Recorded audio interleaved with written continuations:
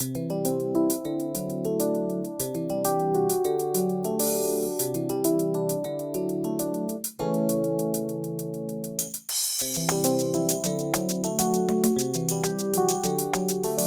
watching CalTv. Good afternoon, and welcome to CalTv. Thank you for joining us. I'm Jim Caselli. On today's show, we have some Fiscal Learning Center updates, as well as an important reminder about the AP Stop Payment Enhancement and an Escheatment demonstration video. We'll also have a Procurement Power BI report and dashboard demo for you. Let's get started today with the latest Fiscal Learning Center updates. Once again, I have some good news for you. Since our last show, more than a dozen job aids have been updated, and there are numerous new and updated online classes. You can find a list of the updated job aids and online classes in an email that was sent out on Friday, October 4th. You can also log into the Fiscal Learning Center at the address on your screen and click on the See What's New tile to see the list of updated job aids and online classes. Curriculums. AP 1001 Office Revolving Fund Advances and Replenishments is new. Fiscal and FLC Tips and Tricks has been updated. Videos. Fiscal TV Episode 58, August 2024, and Fiscal TV Episode 59, September 2024, are new. Link and login information. The FLC is limited to authorized users. Please log in using your Fiscal credentials. You can access the Fiscal Learning Center at the address on your screen. If you have any questions, please contact the Fiscal Client Training section at fiscallearningscenter@fiscal.ca.gov. We have an important reminder about the AP Stop Payment Enhancement, followed by an Escheatment demonstration video. Fiscal has said goodbye to paper submissions and has officially welcomed a new online procedure for generating stop payments. Every second counts when you're looking to stop a payment. That's why Fiscal has ditched the paper process and updated our accounts payable module, empowering users to stop payments online. In addition, end users are now able to escheat payments when needed. The days of filling out and submitting the standard 432 stop payment request form to stop a payment are behind us. As of October 1st, the State Treasurer's Office no longer supports the standard 432 paper-based stop payment functionality. Instead, this AP enhancement now enables Fiscal end users to perform update functions on vouchers, specifically functions to stop or void CTS payments. Furthermore, the Escheatment functionality has also been incorporated as part of this enhancement. These can all be completed on the payment cancellation page. With just a few clicks, your work is done. This ensures timely stop payment requests are carried out, minimizing physical paper documents and unnecessary follow-up items and transactions. To learn the new process, see Fiscal Job Aid 473 in the Fiscal Learning Center. Exceptions to the updated process are made on a case-by-case basis. For details or for technical questions, email Fiscal Service Center at fiscal.ca.gov.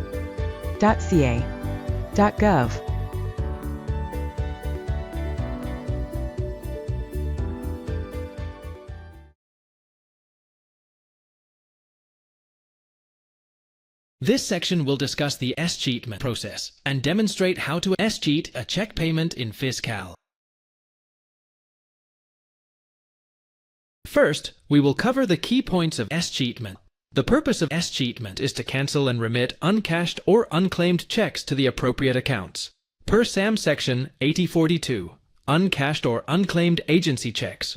Uncashed checks are those that have been issued by the agency but remain uncashed by the payee. Unclaimed checks are those that have been returned to the agency and for which the payee cannot be located. Department AP processor will need to consider the different cash types and situations when processing Escheatment. For office revolving fund checks, if the reimbursement to the ORF has not been received, we would cancel the checks and credit the amount back to the ORF.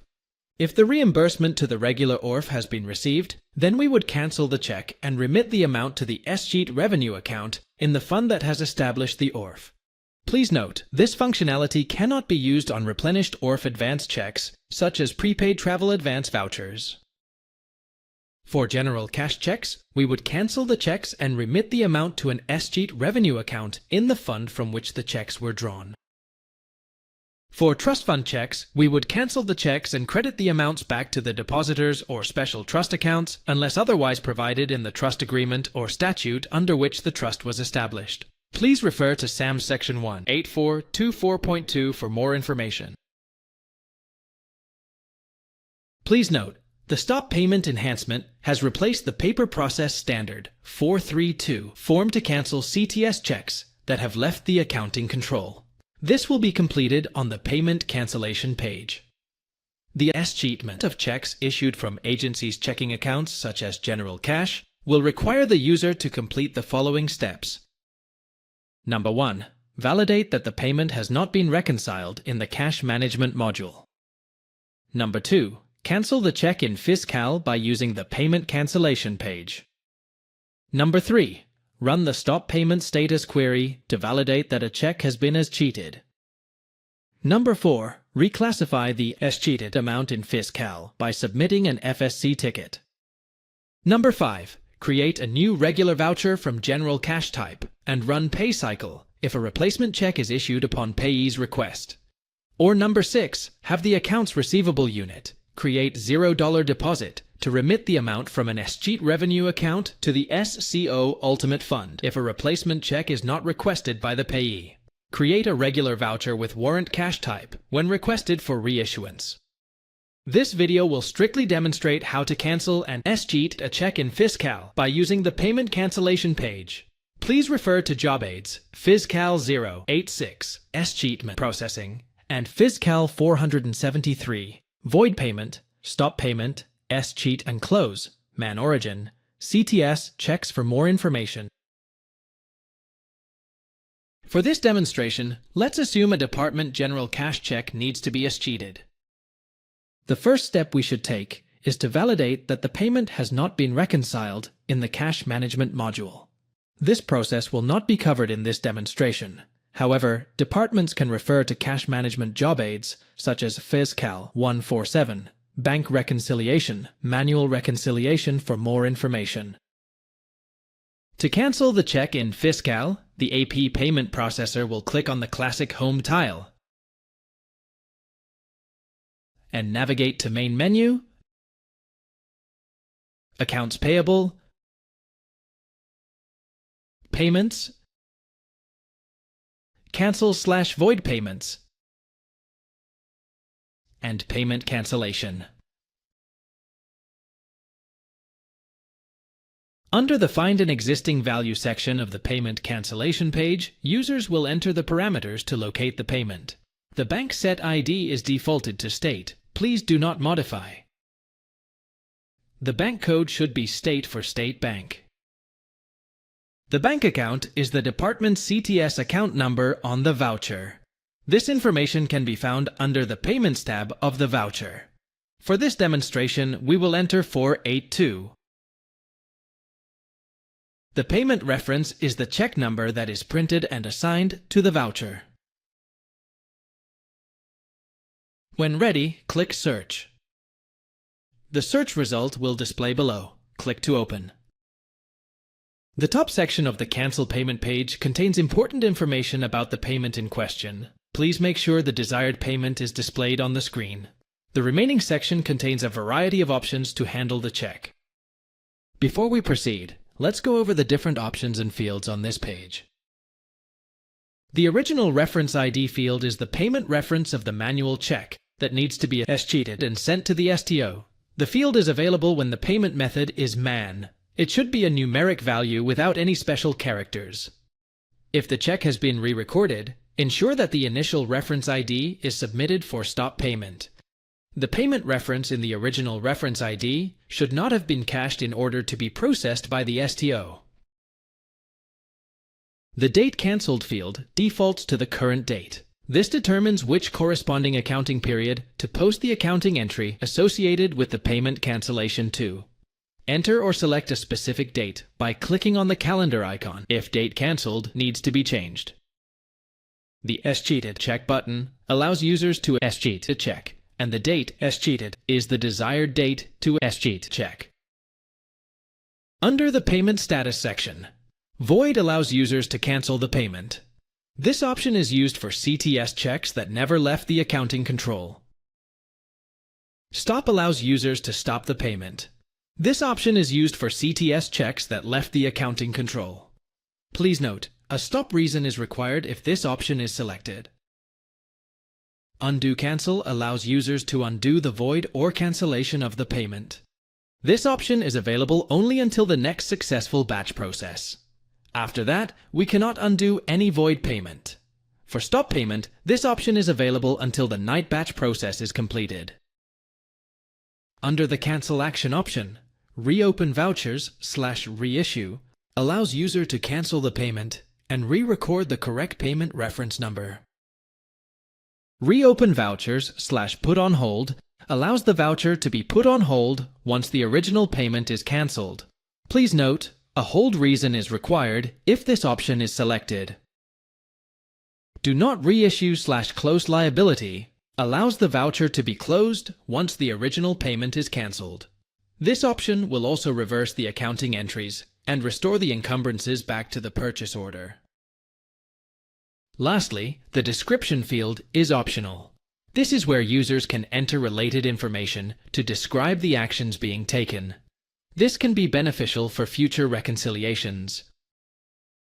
To proceed with our scenario, we will select the Escheated check button and enter the current date in the date escheated to escheat the check. The system will automatically default into the following values, while the rest are grayed out. For the payment status, the stop option is selected. For the stop reason, the stale dated check reason is selected. And for the cancel action, the Do Not Reissue/Close Liability option is selected. Please note, the cancel post status is not applicable. However, after clicking Save, it will be updated to pending. Click Save. A pop-up message will appear asking if you are sure you want to cancel the payment with the payment status Escheated. Click Yes. The scheduled FIS/CAL nightly batch process will run to complete the Escheatment process. To inquire about the status of the request, user can run the Stop Payment Status query ZZCTS Stop Payment Status to validate that a check has been escheated. This concludes the demonstration on how to escheat a check in FIS/CAL. Now it's time for a Procurement Power BI report and dashboard demo with Melissa Granville and Meaghan Harrington. There are many benefits to this report, and it was created to fill the need for departments to locate and sort procurement information without having to use various reports and queries in FIS/CAL. The Power BI is an effective mechanism due to its ease of use and speed in retrieving and displaying data, as it uses Azure Data Warehouse as the data source to generate and publish reports into the cloud. The Power BI procurement report refreshes the department transactional data on a nightly basis, and all of the information is available to download into Excel, which can then be easily sorted and filtered, and users can grab that data really fast. It's not BU restricted, which is really interesting, and all FIS/CAL users with the Power BI PO Viewer rule can access statewide procurement data. So at a high level, that's the report. I'm going to give it to Melissa Granville. Thank you. So one of the challenges with creating this report is the large volume of data that this provides and being able to validate that data. And that's one of the reasons it was decided to take a two-phased approach. Phase 1 is now live and available for users. A communication did go out last month on the 17th. The subject line for that is here in the PowerPoint. For your information, new Power BI procurement dashboard. So Phase 1 includes 3 pages of summary graphs and a detail report page. The detail report page has several drill-throughs, so users have the ability to quickly access lots of procurement data. Phase 2 will enhance the detail report page, search filters, and drill-through reports. One of those enhancements is going to provide users with version history. So they'll be able to drill through a transaction and see all the previous versions. In order to access this report, again, like Meaghan mentioned, users will need the Power BI PO Viewer role. So this is a listing of the graphs you will see on the 3 summary graph pages. So one of the graph pages gives you the top 10, like top 10 LPA contracts. And there's also 2 pages with total dollars awarded details information. This is a listing of the report and drill through pages that are available on the detail report page. So for example, one of the drill throughs is all the EPP Sabra data. So resources. So Job Aid 513 is a generic Power BI job aid, and this gives users information on how to access Power BI as well as tips on using the Power BI reports. If users need that role, they can request that via the Identity Self-Service portal. And for more details and tips specific to our procurement report dashboard, there is an About page as part of the report, and I'm going to show that for you in just a moment here. So first, just in case you're not familiar with how to get to the Power BI reports, I'm going to show you. If you go to our Fiscal website and click on Access Fiscal, these tiles will come up, and you're going to click on Business Intelligence Advanced Reporting Tools to get to the Power BI reports. Once you pull it up, all the reports that you have available will be over here in this left blue area.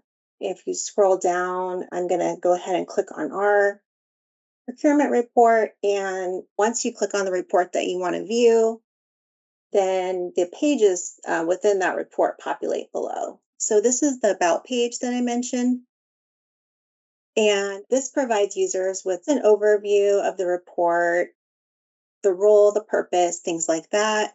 Here in the overview, it tells users what types of transactions that are included in the report and the statuses of those transactions that are included. It goes over a little bit about each page within the report, the drill through pages, and then has a little glossary of terms at the end. And I'm going to go ahead and just jump into the graph pages. So this is the top 10 graph page. It gives users the top 10 LPA contract suppliers and UNSBC codes, and that can be filtered by department, fiscal year, and source. This page does default to the current fiscal year and all departments and all source types, but can be filtered by one department, multiple departments, or all, as well as fiscal year. You can do all fiscal years, multiple, or one. The source type is just different types of transactions you can filter by. So you can do contracts, purchase orders, or skippers transactions, and skippers transactions are procurement transactions reported by departments that are deferred or not in Fiscal right now. I'm going to go ahead and click on purchase orders so you can see how the page changes. Just a couple other things I wanted to mention. You can see some of the values are truncated, but if you hover over them, you can see the full detail of information. And if you hover over the bars or the pie pieces, you get all the dollars and description information. And I'm going to go ahead and just jump into our second page. This is the total dollars awarded detail page. So there's 2 of these pages, and these graphs basically provide an overview of some of the data that departments are required to report on and just some other information that might be helpful for users. I'll go ahead and jump to our third page in the interest of time. And these 2 pages can also be filtered by quarter. And then, of course, department and fiscal year. These pages also default to the current fiscal year, but can be changed to other fiscal years or all fiscal years. And I just wanted to show you guys a couple more tips on using these pages. If you hover in the top right-hand corner of any of the graphs, you get more options. So you can click on focus mode, and that will bring up that particular graph in a larger view. Also, if you click on more options, you can show it as a table. And you can see the graph larger as well as a table of all the data by the particular value that you're looking at. All right, I am going to hand it over to Meaghan, show you the report page.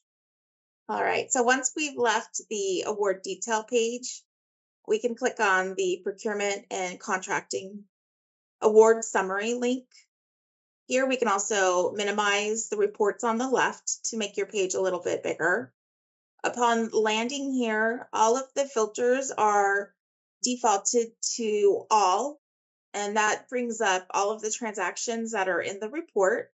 We can see that this page has over 3 million transactions, and each of these filters you can search using contains. So if you know a partial PO contractor skippers transaction, you can look that up. Same with UNS PSC. You can select multiple or one.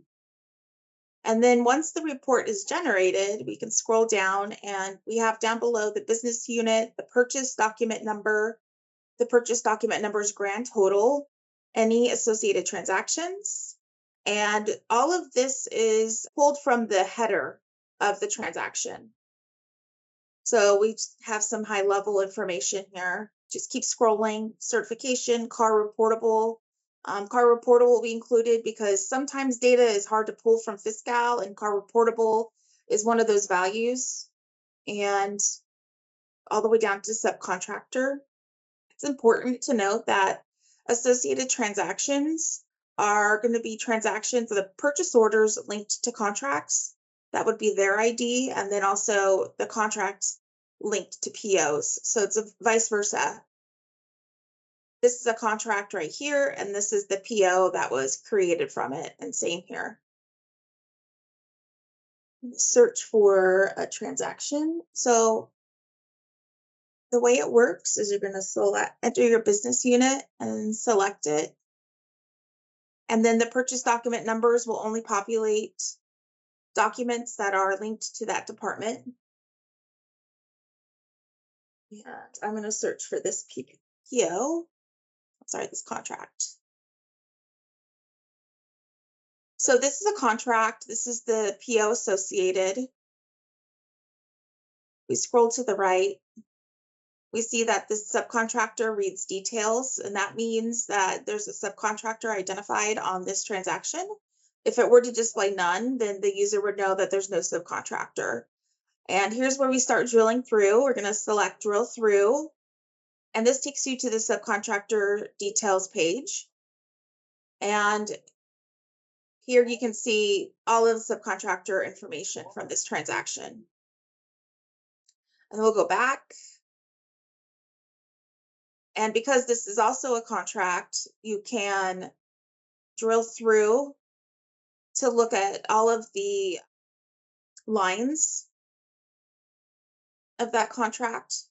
Now you could search on the other page by all the lines, but if you're searching for multiple, you're not looking for something what's one specific, then it will bring up all sorts of transactions, and then you could drill through to see that particular transaction's lines. In this case, we only searched for the contract, so that's what was displaying on the other page. And here we see it again. And then if we scroll to the right, we have merchandise amount from that line, quantity, unit price, all sorts of goodies. And then this will display SABROC compliant. And if that says no or none, it's not compliant. And then if it says details, again, you would just drill through to the EPP SABROC page. We know that there's one PO linked to this contract, and so any POs linked to them will display down here in the associated transactions, and we can drill through and look at the associated transaction line item details and continue to go and look at all of the information available. If we return to the detail page, down, so this button, this page. All right, so here's the detail page, and this displays all of the line items for that transaction.